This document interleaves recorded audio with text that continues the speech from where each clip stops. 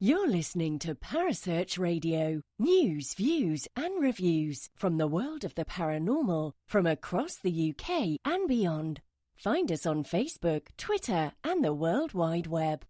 The views and opinions expressed by presenters and guests are their own and do not necessarily reflect the official policy or position of Parasearch Radio or their affiliates and sponsors. Listener discretion is advised. Good evening and welcome to the Parallel Prism Show. My name is Kerry Greenaway and I know you were expecting to hear the dulcet tones of Jolene, but unfortunately she's had a bit of an emergency and has had to take her daughter to the hospital. So we hope Maddie's all okay and that Jo makes it back, and maybe if she does make it back she might come in at the end, we'll see. Let's hope the doctors get a move on, but that's where she is at the moment. She sends her apologies, but tonight we are going to continue with the interview that Jo set up. Tonight in the studio I've got a friend of mine and Jo's obviously, called Lucy Allbrighton. Hello Luce, how are you? Hello Kerry, I'm really well thank you. How are you? I'm really good. Now, we've got you on the show. You've been in the paranormal and the psychic field for a little while now. Can you start off by basically introducing yourself and telling everybody what you kind of do at the moment? I just say I'm a medium. So I'm Lucy. I'm a medium in training. I was in the paranormal field 10 years ago and I came out of it to concentrate on my studies. Gave a bit of a break and then decided to go back into the paranormal field, and as I did, that's when I discovered that I had a bit of a what we'd say a talent of some sort that I didn't know how to control, and I've been doing it for about 2.5 years now. So it is strange, and we find this quite a bit, and actually it's actually a criticism in the field, is that when you are going out and you are trying to contact, when you're investigating, you're out there for obviously for spirit and stuff like that. People do kind of start recognising skills within themselves that they didn't realise they had, don't they? Definitely. It was little signs with me, but I didn't know how to control it. I didn't know what was happening. So that's when I kind of took on a better role, and it is shocking into thinking that people don't know that they have got the gift, say so. Mm. So yeah, so it is about embracing that, isn't it, and following that journey for yourself. So I want to take you back when you was first in the field 10 years ago. Where were you sort of investigating? What were you sort of doing then? So basically, I'm from the Midlands, so I was around Midlands locations. So I had a little team of my own. We were 5 friends that used to just go off and do our own thing. Obviously, 10 years ago, the locations was cheaper than it was now. So you could get a location split between the 5, it'd be pretty cheap. So I used to go and do at the Moat House in Tamworth, the Galleries of Justice in Nottingham and places like that. So they were the 2 big ones that from back in the day that I can actually remember and actually stick in my head. And what sort of things did you get up to back then? Because that's quite a while ago now. Didn't have all the tech that we've got now. No, so we were just, I wouldn't say we were paranormal investigators back there. No, I just presumed that we were ghost hunters, just going out, trying to communicate with spirit. So that is what I thrive on at the minute still. I am quite an old-fashioned girl. I prefer a seance and calling out to all the gizmos and gadgets, as I call them. Mm-hmm. That's because that's the way I've learned. That's the way I like it. So you're trying to balance the spiritual side with the tech side. Yeah, I prefer that. That's the route that I am going to go down rather than the tech route. Don't get me wrong, I love all the flashy lights and all the tech stuff, and it does intrigue me, but like I said, I'm a bit of an old-fashioned girl like that. I'll be honest with you, I am. When I go out in the field, I'm totally spiritual. I don't even worry about baseline tests or what the millimeters are reading or REM pods or any of that stuff. And I'm really not sure what they are when I look at them, in all honesty, because when I'm in the field, I'm out there for personal experience and personal validation, and I work spiritually, which is basically what you do, isn't it? I let everybody else do the tech stuff. I just let them get on with it, and I'm just there doing my own little thing. That's more like now, because I go off now and I do like some of my spiritual stuff, and I go off in little groups and stuff like that, and I come back and they're like, oh my God, we got spikes on the EMF, and I say what I've got, and they look at me and they think, yeah, well, that's yours and that's mine. And everybody works in different ways in this field. That's the beauty of the paranormal field and how it's progressed over 10 years, I think. Everybody's different. Nobody's the same. Everybody's in it for a different learning curve as well,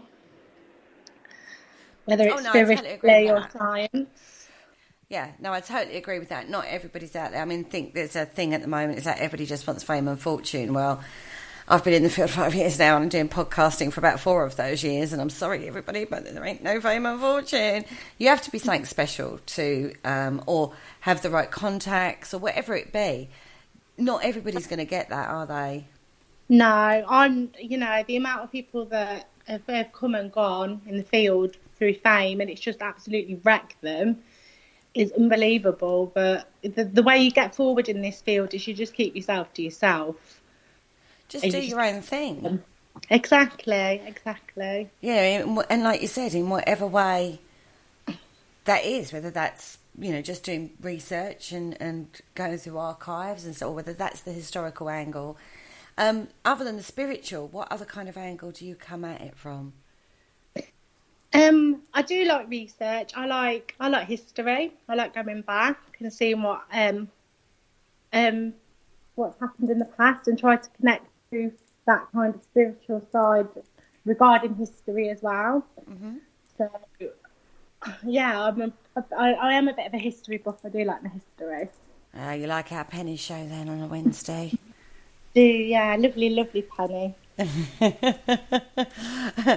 She's bored with me now because every 5 minutes I'm like, Penny, do you know about this? Penny, do you know about that? She's like, go and look it up. I'm like, no, but you know it.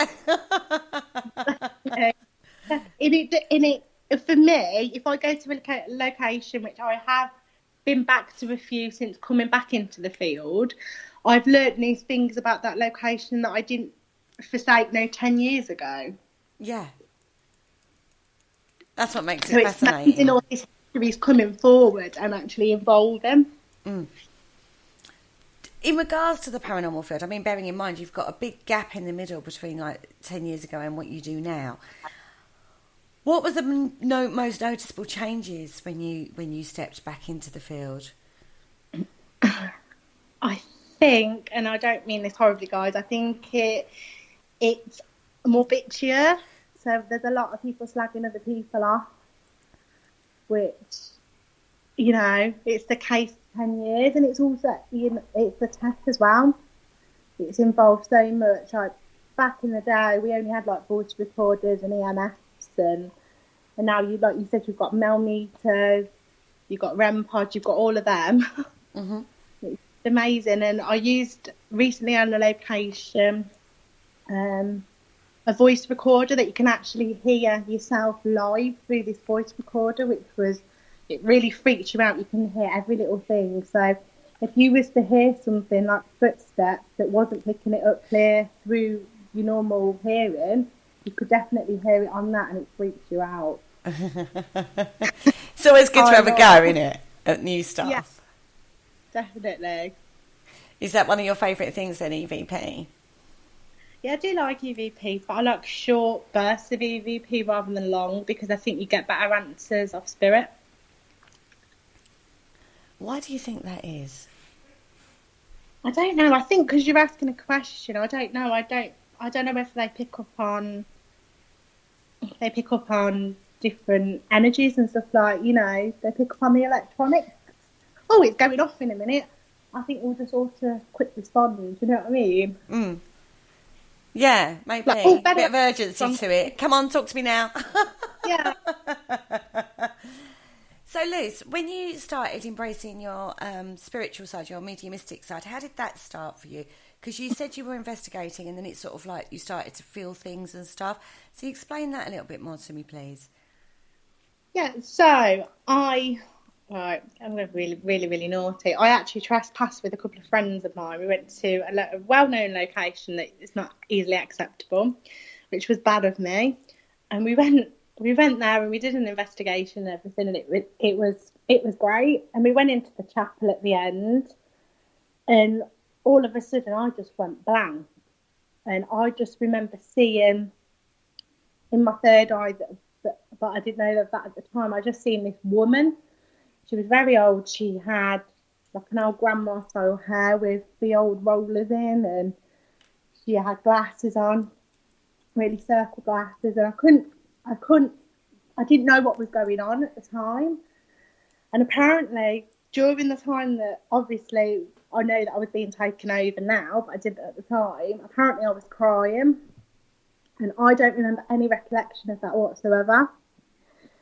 So obviously my friends and everybody brought me back round, and I was like, you know, and they were like, "Are you okay?" And I was like, "Well, what the hell happened?" And they was like, "I think you've just been taken over." And I was like, "All right, okay. I wonder how that happened."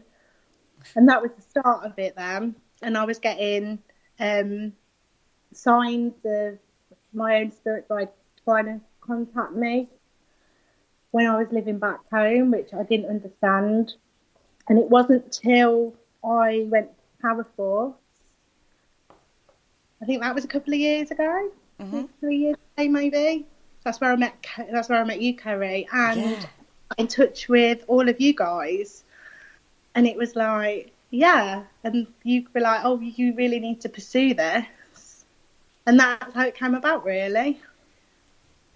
So I'm not going to take any credit for that because I only spoke to you very, very briefly around that time. But you kind of hooked up with Viv, because Viv, as we know, is a very talented platform medium, isn't she? Yes. And you started working with her. I did, yeah. And how did that feel? Because I would imagine you was a little freaked out and probably a little bit scared of what was happening. Yeah, I mean, she reassured me and said, "Look, you need to pursue this," because she's very good. She sees the best in people, that woman does. She's absolutely unbelievable. Yeah, so she was like, "Just pursue it." She said, "I'm actually doing a circle starting in January." I think I contacted her in the November or something. So I had the Christmas period where stuff was kicking off in the flat where I am now. I've got little pots, they were rattling and stuff like that. So it was there. I kept getting tickles on my head. So obviously knew something was there. And when we sat circle, that was when it started. So was one of the first things you did was meeting your spirit guide? Yeah, it took a while though. It took a good 4 weeks to establish that. I'm going back through my notes actually. Girl loves a notebook, everybody. It seems a hell of a long time ago, really. There's so much has happened for you, though. I think that's the thing, isn't it? So much happens, and when you look back, you think, God, was that last year or was that the year? And when you realise how far back it was, you're like, blimey, was that like 4 or 5 years ago now or whatever? Yeah, and with me as well, obviously I couldn't talk to my parents about it because I come from a family of non-believers. And it's hard for me in that way because I'm explaining this situation and I've got nobody, I'm feeling this situation and I have nobody to talk to about it. So, yeah, and that's why Viv come in and helped me, and yourself did as well, and reassured me that it was all okay and it's absolutely normal what I'm feeling at the time. Yeah, we've all been there. Yeah. It's all a bit scary to start with, to be fair, and you feel very vulnerable, don't you? You do, because obviously you're going through these mixed emotions because you are opening up and you are like opening yourself up to spirit, but obviously you're getting all the energy into you, and you just, because the energy is so, and I won't lie to you, it is strong when you first start because you've never experienced that before in your life. Mm-hmm. It does make you sick, it makes your head achy. It just messes around with your emotions, somewhat chronic as well sometimes. Like you feel different things, but that's obviously because Spirit's working with you. So it is something you have to get used to, isn't it? And translating that and being able to work with it, like I say work with it, it's not really, but like keeping normal muggle life, I class it as. Yeah. Everyday life, balancing that with what's happening in your private life in regards to your spiritual awakening that's going on, is sometimes it crosses over too much, doesn't it? Now, do you find you have empathic traits as well? Yeah, I know when certain things are kicking off with people that, you know, I've got a connection to without even them telling me. So, but I am very, I'm soft, should I say. It's one of those things, isn't it, being empathic? It's difficult because you feel what somebody else is feeling. Like you say, people you have a connection to, you usually get a heads up, or you kind of get a knowing. It's so difficult to explain how it happens. And then, you know, and you feel physically how it is emotionally. So sometimes you'll feel overly emotional about something when actually it's not your emotion, you're feeling it's somebody else's. It's like a transference, isn't it? Exactly. Do you think then that leads to a thought? I'm not going to say, it's just like a concept really, that because we end up with connections to people on a day-to-day basis, people that come in the shop, people, you know, family, friends, you know, we develop a connection that, and we feel and have this intuition about that. Do you think then that sort of shows more of a human factor to the paranormal than we maybe we underestimate that? Yeah, it does. You just pick up on energy, don't you, as well, being an empath. It is hard. I mean, when I first started it, there was a lady at my work at the time. She was going through cancer treatment, and every time I was near her, I was feeling sick, and I was drawing on her energy. And at one stage, I had to go into the locker room and just see whether I'd closed myself down properly from the time, because I didn't realise. And I was a little bit open, so I was getting a little bit more emotional through it. So I believe you can. I mean, I'm just, like I said, I'm soft, but I pick up on everybody. But it's strange. It's like people, don't they? People pick up on different things in groups of people. You know, so some people go in crowds of people and get headaches straight away. It's energy. I can't tolerate large crowds. Yeah. It has to be something I really, really, really want to do to put myself into that situation, because it's just, even if it's like a concert, which is a happy occasion, you know, you're going to a concert, you're excited to see your idol or whoever on stage, but the feeling from the crowd is very overwhelming, even in a positive way, which it is a positive way, because someone's having fun and having a good time. Yeah, it is. And if you are, you know, there's different people in that room, different energies coming towards you, it can be overwhelming. I've had it, you know. How do you work with that then? How did you learn to cope with that on a day-to-day basis? You just get used to it. I mean, you have to kind of switch off, which is hard a little bit. But my spirit guide now, he tends to put, if he feels like somebody, say like specifically is at work or something, who is struggling or feel like they need my help, he'll glow them up. So he'll shine a light onto them, and he'll, you know, you need to speak to this person because this person's feeling a bit down, or that's the way he works. And it's lovely. And there was a lady at work the other day, and I just said to her, I said, "Are you okay?" And she was like, "Oh my God, how do you know that?" And it turned out she was sick the night before, and she was like, "Oh no," she said, "I'm just feeling a bit poorly." She was like, "I can't believe like you picked up on that." I was like, "It just happens." What other things happen? Like, I remember serving someone in the shop once, and all I could see was guitars over this guy's head, and I was like, I know this is a really weird question, but do you have anything to do with guitars? And I would never normally do that in that circus. It was so strong on this particular occasion, and he was like, "Yeah." He goes like, I teach guitar. He goes, and I fix them as well. He goes like, I make them and fix them. And I was like, wow. He goes, like I said, I can see guitars all the way around you. But that's all I got. There wasn't anything profound in that. There wasn't anything. It was just, that's all I got. But then it's very transient, isn't it, in a shop? So I wondered if that was why. So what sort of things have happened to you like that? Most of the scenarios have really happened at work. I've got a really, really good friend, Beth, who I did do a lot of readings on when I was learning. But when I walked into work one day and she was there, and I was just like, oh my God, Beth.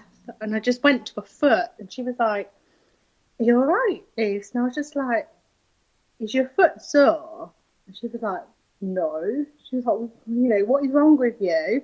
And I was like, no, Beth. I was like, your foot's sore. I said, you've done something to it. You've done something to it. And she was like, well, not recently.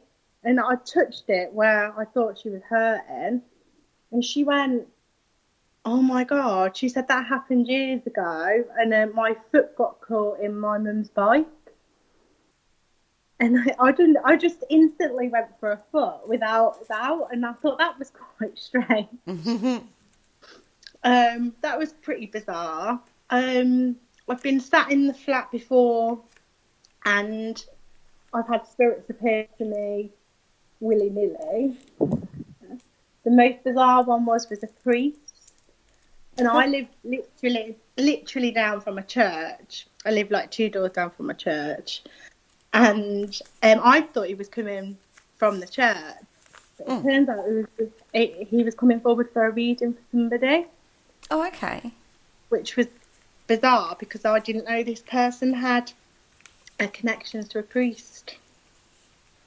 And he was there waiting for him. Yeah, exactly. When you opened up, when you started working spiritually, did the activity in your home settle down? Yeah, like all the banging on the pots and stuff. Now, all I'll hear when my spirit guides are around me, I'll hear a click or a tap or a crack. I don't know around me, so that's how they make themselves known. Yeah, but I know sometimes the most bizarre experience I've had with my spirit guide was, again, I was at work. I'm always at work, guys, by the way. I work in the kitchen. I work in the catering field, and a robin flew into the kitchen out of nowhere, and I was like, okay. It was just a robin in the kitchen. Anyway, walked through the door after work, walked in home, and I could instantly hear Spirit laughing. And he was like, and my doorkeeper actually said to me, have you had a good day at work? And he started laughing, and I went, how do you know about that? And he was like, I did that to test you. And I was like, why did you do that to test me? Because it flew at my face. And I hate birds. Like, thanks, couldn't you have found any other way of testing me? No, I picked that one. Exactly. I don't like birds, and I don't like the flapping that they do. So I just wanted to see how you react. I was like, okay, that's fine. Thanks for that. Mm-hmm. Thumbs up. Do you tell your spirit guides off? Do I tell them off? Yeah. I have done in the past. If I don't want to work with spirit, because I'm one of these where I'm constantly opening my home anyway. I do shut myself off at nights occasionally, should I say. I like to see what I get, different messages still, because I am still learning. And one of my spirit guides warnings or say something's going to happen to me is burning campfire smoke. And I was really tired. I'd done a load of shifts at work one day, and I knew he was around me because I could smell it. And I just said, I just shut up. I sat up upright, and it was the middle of the night in bed. I went, will you leave me alone? And he went into hiding for about 2 days then, and he wouldn't contact with me, and I was just like, oh right, okay. And in the end I had to apologise and say I'm sorry. But he is a little sensitive soul as well, bless him. But I think mine are used to me telling him off. yeah, it's so funny. He does, my spirit guide, my main doorkeeper, he's very he's a joker. So sometimes he'll say something and it'll come through to me, and I'll repeat it back to somebody, whoever I'm doing the reading for, and they can't take it. So, and I have to ask it again in a way, and it just sounds completely different. And it's because he's so jokey and jolly and happy. And I think we are a really good match like that, because I'm always happy and jolly, and it is nice. We do make a good partnership. So. That's what it should be, isn't it, though, with your spirit guides? It should be more of a partnership. Yeah, definitely. When you get that connection, it is the best thing ever. Like I said, it took me 4 weeks to make that connection, but he wouldn't show me his face because of the way he looks, which is different to other things I've experienced in life. He just didn't want to scare me, but he understands that now. Because he used to put his hands by his face and not show me his face. Right. So, but we all know why that is now. So we've got a good bond and a good connection. So I do think that's one thing that I learned actually working through with my spirit guides. And I'm not a medium, everybody. I just work differently, but I still have guides that lead me. Was to actually not have any expectations going into it, because they will appear.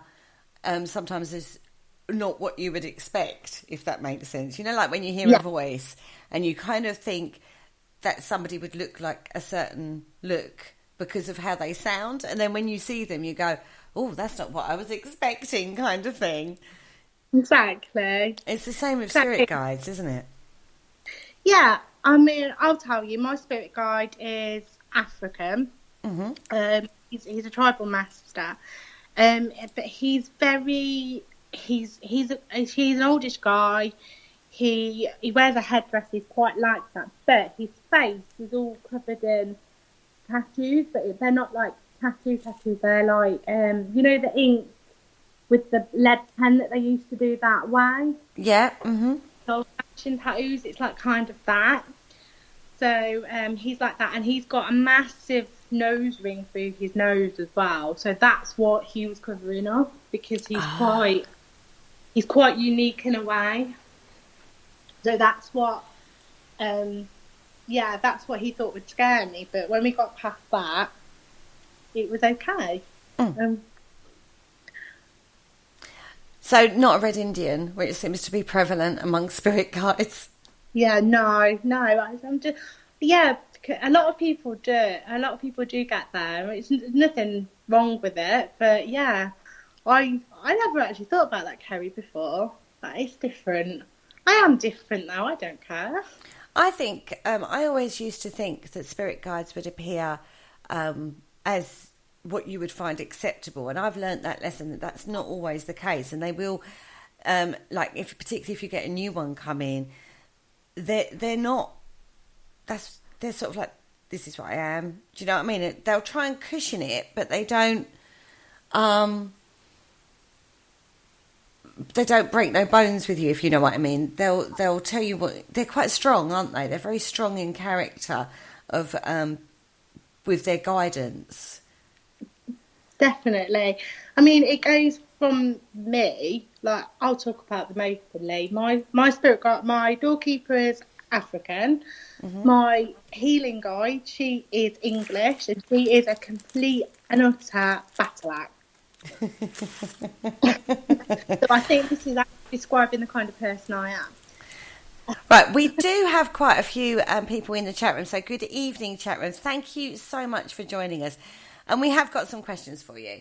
All right, okay. Now, while we're on the topic of spirit guides, somebody. Paul Rook has asked, how do you choose your guides, or do they choose you? I always believe they choose you. I think when you are born with a spirit guide. It's just whether you choose to lead that path in life. Yeah. So that's my views on it. I'm with you on that. And I think different ones will be sent to you if you need to learn different things, if you choose to follow the path. It's like with my English one, and I've got two Scottish brothers as well, which are my doorkeepers. But they're the complete opposites of each other, so it's really funny. Do you think that some of your guides have got past life links with you? Maybe, because I've always had a fascination with, you know, Scotland and Ireland, that kind of connection. And I always thought, you know, I'm passionate about Celts and stuff like that. And I just think I've got a bit of a Celtic twist in me of a past life. But that's what I think anyway, but I'm yet to delve into that bit. It's all part of the process, isn't it? The learning and the delving into it. And you are still learning. Don't forget that, everybody. Lucy's not going to have the answers to everything. She's still learning. And even us who have been around for a bit longer still don't understand it half the time. We just go with the flow. That's it. The thing is, being in this for the last 2.5 years, I've learnt something new every day doing what I do, which is fantastic. Same here. I learn Little all things the major time. things. So it's, you know, I love learning. I think it's brilliant.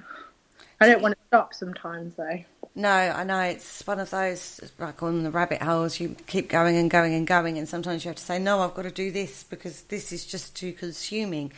How do you find the crossover between spirit and the physical? We'll call those, they're the two different realms. But how do you find the crossover in regards to language? I mean, whenever I've dealt with a foreign guide, I'm going to say, or situation, a lot of time it's more imagery than words. How do your guides come to you? Because you said an African guide. I take it, how does he communicate? Majority is by pictures. At the moment, his English is getting better. As I'd say, my African is getting better. But he'll say stuff to me sometimes, and I'll just say it in his language, and I'm like, nobody can accept that because what I'm saying. So I have to work then for it for translation, which is really interesting. Can you explain that a bit? He'll do it through pictures, he'll do it through sounds, he'll do it through just any way what I'm feeling, the way that I should learn things at the time. I see. No, I'm with you. It's imagery. That's how they communicate to me. I'll get pictures put in my head of what's saying. It won't be like a person sat there going, here's another picture and holding a picture up. They'll just flash images into my head, and that's how I work. So I don't see an Uncle Bob standing there and giving me a message for somebody in that way, which is kind of what you can do, isn't it? Yeah. And it's sensory as well. Like he'll put, you know, pains and different feelings on me, and that's the way it comes across. Yeah. No, So, I'm with you with that. And I think that's one of the biggest misconceptions, I think, for people that maybe don't have a connection with a guide or something, is they seem to think that if you have a foreigner guide, like an Afrikaans guide or I don't know, could be anything, apart, you know, if it's not English, like, so how does the Native American speak to you? Because, like, you know, they weren't English and stuff. And but they do. They find a way to communicate, and they'll show you things and guide you in that way, rather than sitting down and someone saying, right, now today we're going to let you try this. It's not like that, is it, Lucy? No, it's not entirely. But the thing is, as much as you're learning, spirit works in amazing ways. That they push you to your limits, but they know what you're capable of, and the way that you learn, it's weird. That's the only way I can describe it. Do you think they know you better than you know yourself? I think so. I agree. The thing is that they make you work for it as well. So if you say like something, I don't know, something really random, it could be a kettle that pops into your head. Do you know what I mean? Mm-hmm. And you think, well, why is this kettle? And you have to ask the questions. And if they're not giving you something, then if they're not giving you the answer, you miss something completely, and it's a different reading altogether. It could mean something else. But they'll make you work for it, and that's what I love, because I like being challenged. Now, you have come across quite a few challenges on your little journey, and you do challenge yourself to read about the paranormal. This is more paranormal now than spiritual, isn't it? And push yourself forward. What's been one of the most influential books on your belief system, do you think? Sorry, that might be quite a difficult question, really, because if you're like me, you read loads.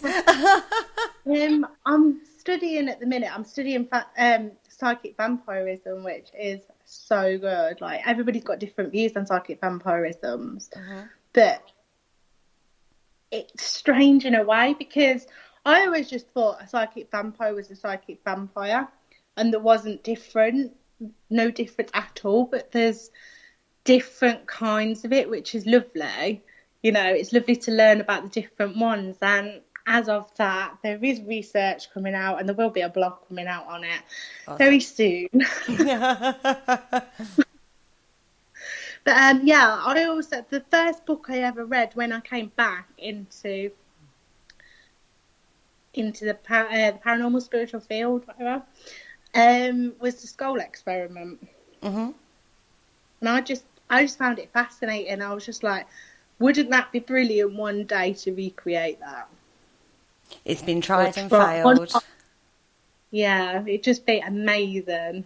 I actually think, and I've been thinking about this thought pattern recently, and I haven't fully developed this idea, but it's like trying to create the perfect set of circumstances and frequencies within a group to help bridge the gap, but it has to be a perfect set frequency to match spiritual frequency, if you know what I mean. And I think that's what the Skull Experiment did. I mean, it took them a long time to get that frequency between them, to start manifesting the phenomena that they did manifest. But I think it's about creating that perfect frequency.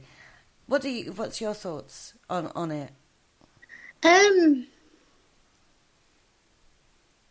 That's a hard one, Kerry. Thanks for stumping me. Sorry, I wasn't trying to. No, it's okay, don't worry. If we carry on, and I'll come back to that. Let me think about it. Okay, let me put it in a slightly different way then. Let me try and bring it down a little bit. So, like, when you do a one-on-one reading, you've immediately got that connection, that frequency between yourself, that channel between yourself and a one-on-one person.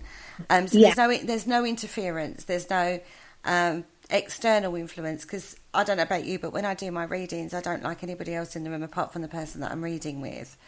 Yeah, that's exactly like me. And that's not because I just prefer that energy exchange of a one-on-one scenario. When you add more people into it, it complicates the energy and the flow between you. So you have to create, it's like when you sit in circle for the first time, it doesn't always go very well, because everyone's sort of like learning, and you're finding your feet with each other, and you're trusting each other, and it takes a little while to settle down, doesn't it? It does, yeah. And especially, I always find one-to-one better, because if there's other people in the room as well, you do pick up on different frequencies, different energies, and you don't know where they're coming from. You don't know whether it's to do with that person, but one-to-one's a bit better. So when you get that group setting, if you're going to try and create phenomena like the Skull Experiment, I would imagine that everybody in that room has to be completely focused and their intention set on what they're trying to do, with no external influences of their day-to-day life and stuff. And that's quite hard to achieve, isn't it? To me, everybody would have to be on the same level, mediumistic, I can't even say my words, mediumistic wise, they'd have to be on the same level, which it is hard to get, because you're not going to get one person who's had the same experience as the others, if you get what I mean. Yeah. So everybody's, like I said earlier on, everybody's different. Everybody learns different. I do, actually, I've never thought of that before. That's quite a good thing. I don't think it ever would be. I just was thinking about it in regards to the skull experiment, as though they took a long time to get to the point where phenomena was being achieved in the way it was. And they did create some absolutely fantastic phenomena. And it is interesting to see that, well, I would imagine that has been tried to be recreated loads of times, don't you? Yeah, definitely. It's different things, though. Everybody looks at skull and they look at different things, what have happened, and think, oh, that'd be brilliant if, like petals fell from the sky, or different images, or things got thrown at me, or stuff like that. It'd just be amazing. It'd be amazing to recreate it. Do you think it ever will be? How long's a piece of string?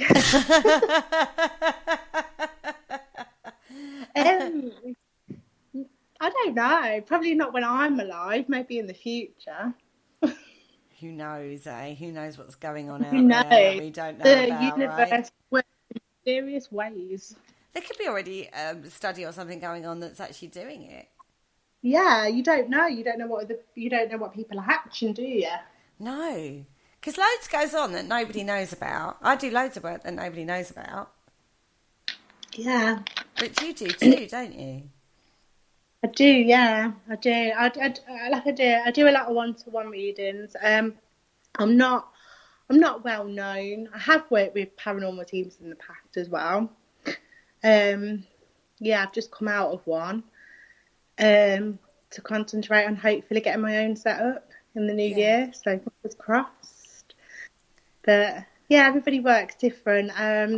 Everybody works in different experiments as well. Everybody's in it for different things. People are in it for research, spiritualism. Some people are in it just to make friends. Yeah.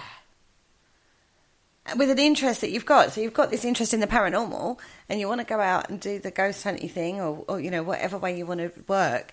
And it's about finding like-minded people that you gel with and you can resonate with, and that, you end up with quite a nice little tight team, don't you? Or can do, if it's all working properly. Yeah, definitely. I've just not found that connection yet, which I'm hoping in January that it will happen. You never know what the universe has in store for us. That's the thing, isn't it? It's all very transient and is constantly evolving situation. Exactly. Now, again, another thing in the field, it does seem to work better, like when people are a gelled team and get on well with each other when they go out. They do seem to have more activity than a team that's just sort of been hobbled together. What's your views on that? Well, we did an investigation back in March. Myself and Viv, as you know, we do quite a lot of investigations together anyway. We pretty much do any event that we're both there or whatever. We went up to Jedburgh Castle Jail in Scotland, and we just got invited up there by Ben Niles Dave's Quest just to go and do an investigation, because basically we're short on numbers and we just made up the numbers really. And that's how, and it was really weird because none of us had met before. I know Viv had met Ben. So there was that connection there with myself and Viv. But on that night, yeah, we all gelled really, really, really well. We all had different energy, and it was the most active since coming back, an activity that I've had on a location and on an investigation, and it was strange. What sort of things happened?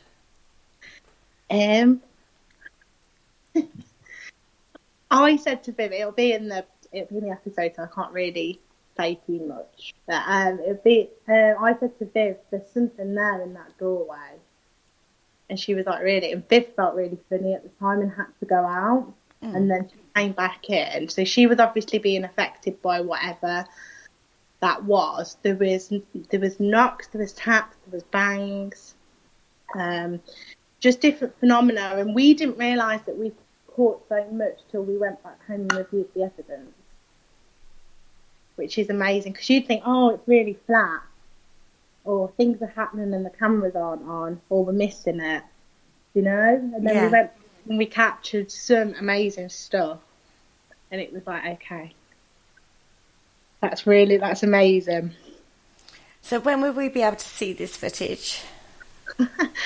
I think Ben said it'll be, well, we're at middle of September now, roughly, aren't we? I'm sure Ben said September, so maybe it'll be end of September, beginning of October. So Oh, well, you'll have to show me the link when it comes through.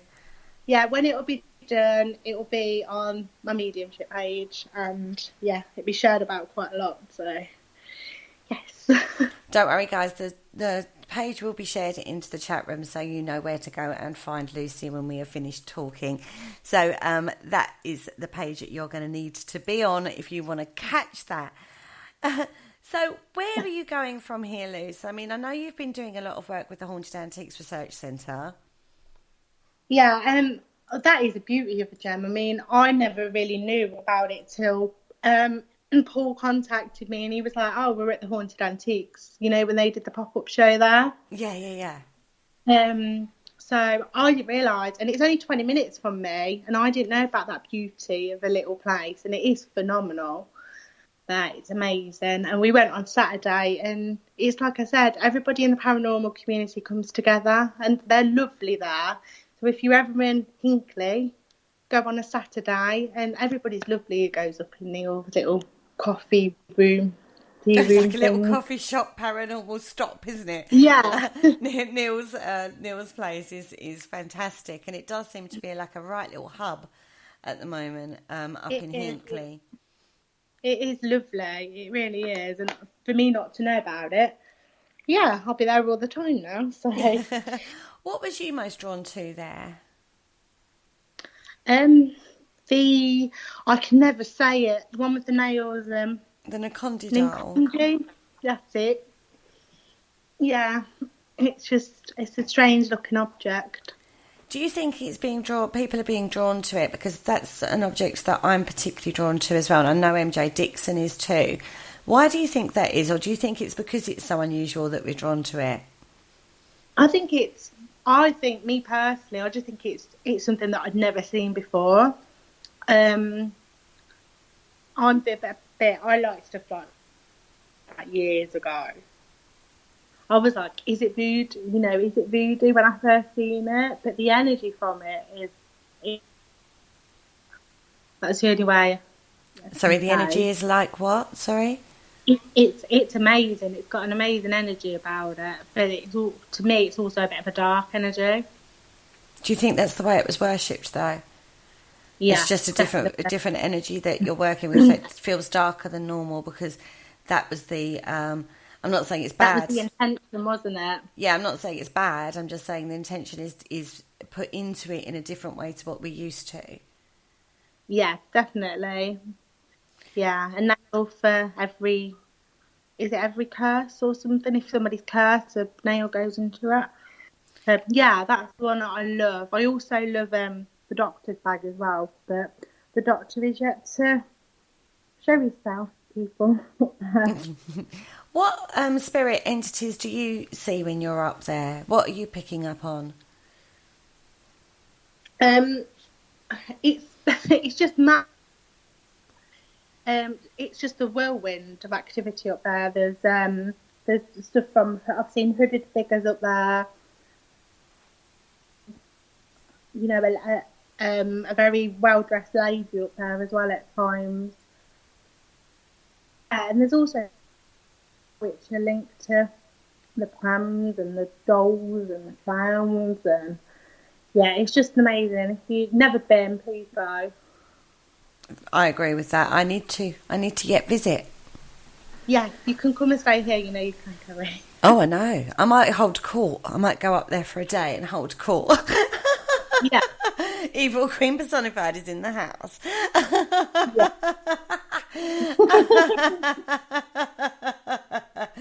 Oh dear. So I work very closely with crystals and minerals, as you know, and I am a firm believer of crystals holding energy in their way. But I'm still not completely sold on objects necessarily holding energy. What's your take on that? We were on about this last night. It's different belief systems as well, isn't it? I think experience. If you go in, if you've told something that's haunted, you automatically think.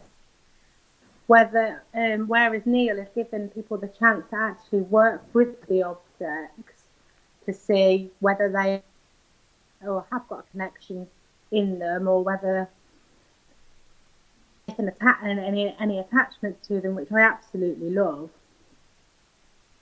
So my belief system, is something out there. I can't, the only thing that I've really experienced the sensations of is that anaconda. So I can't even say it, Kerry. So I do apologise, Neil. I do apologise. I think we know what you mean. There's the idol with the nails through it, everybody. It's got, and then people used to tie strings or like little offerings off of the nails, depending on what the intention for the nail was. But the actual anaconda doll would have actually been put towards a specific intention in its own right, and it would have been worshipped in that way.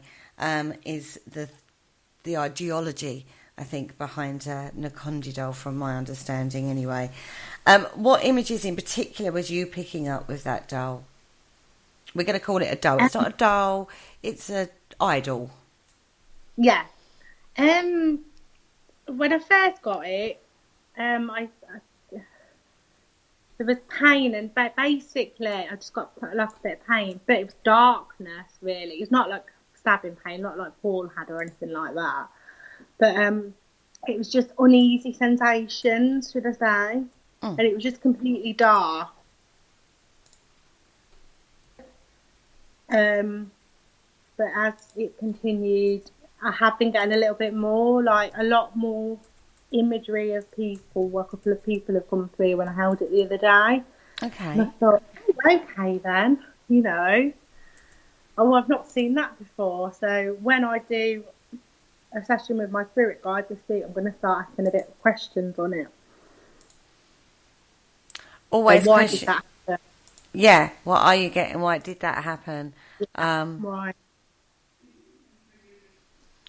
I agree. I think it's a piece I'm very, very drawn to. I say I'm not the only one in the field that is very drawn to that piece, and it would be fascinating getting my hands on it and actually getting it up close and personal with it, rather than the only time I've worked with it was through a Skype feed. So definitely, and I think they're trying to arrange a road trip in the group chat by the look of it.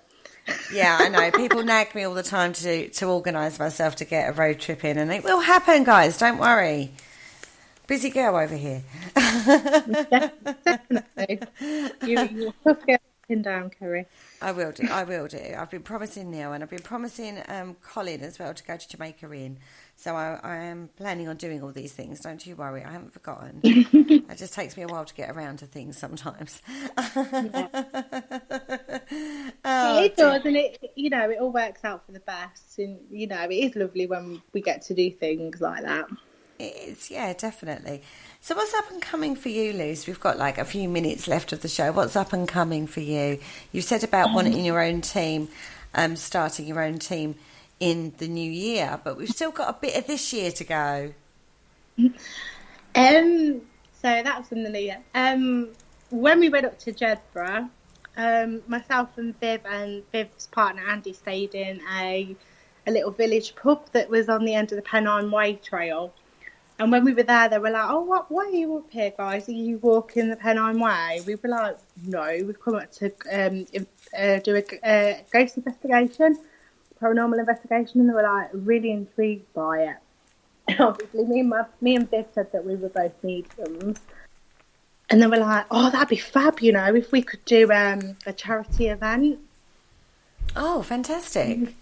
And Yeah, so Viv got passed all the numbers on and everything. I wasn't going to do it.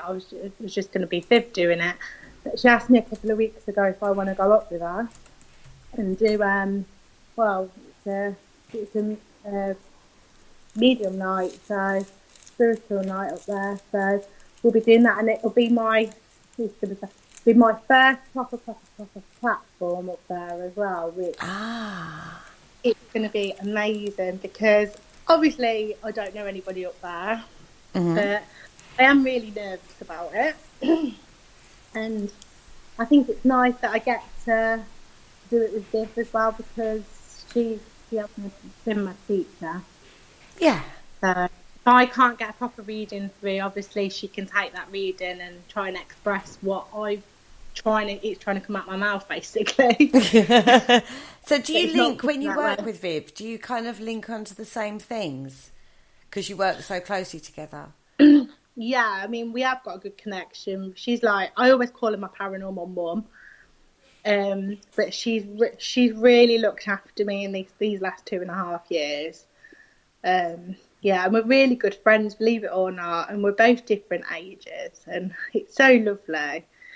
But yeah, we work really, really well together, and we help each other out as well. And we always know when each other's down or having a bad day or anything. So we've got that bit of a connection and a bond. Yeah, it's lovely.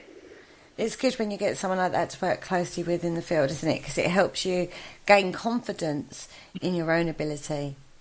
Yeah, I mean, I've had quite a lot of knocks for people who do know me in the chat room. In the paranormal in the last year, I've had quite a lot of knocks. But she's always there. Paul's always there as well to help pull me through. And yourself, Kerry, you're always like, come on, you can do it. You know, take no notice. And, you know, but I just feel next year's going to be a good year, I think. It's going to be a good year for stepping forward into your own power within the work you do. Yeah, definitely. But you don't need to wait till next year is all I'm saying. I know you've got that time span in your head, but don't be surprised if it happens a bit sooner than you anticipate. I know. Just looking through here. Have you seen what Paul's wrote? Yeah, I've seen it all, darling. Did you ever investigate a talking mongoose, Kerry? I wonder where that was from. I have no idea where that came from. However, would you, Lucy, investigate a talking mongoose? I would, yeah.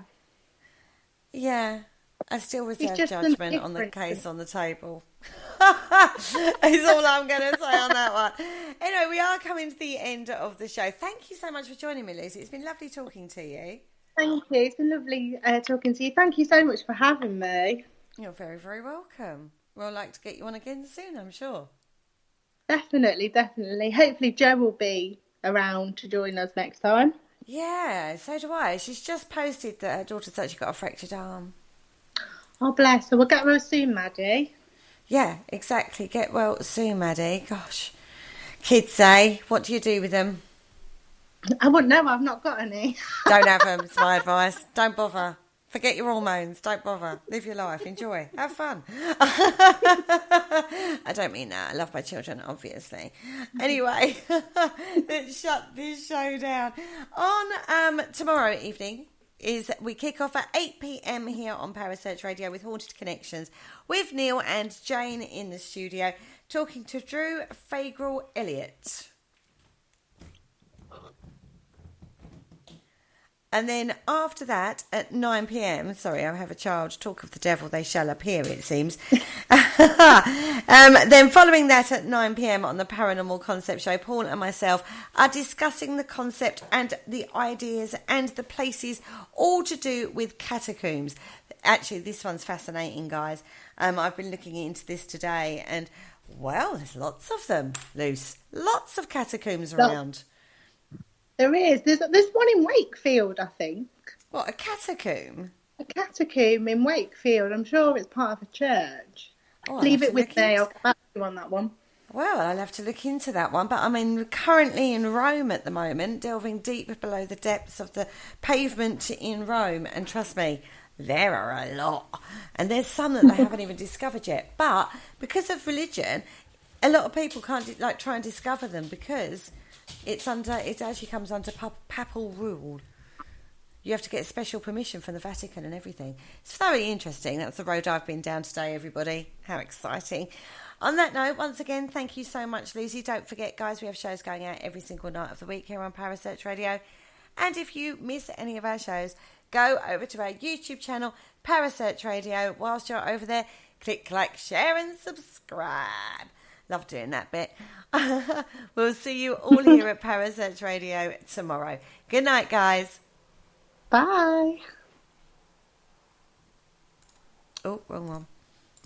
Thank you for listening. Don't forget to join us for more shows throughout the week. Find us on Facebook, Twitter, and the World Wide Web to keep up to date with all the shows right here on Parasearch Radio.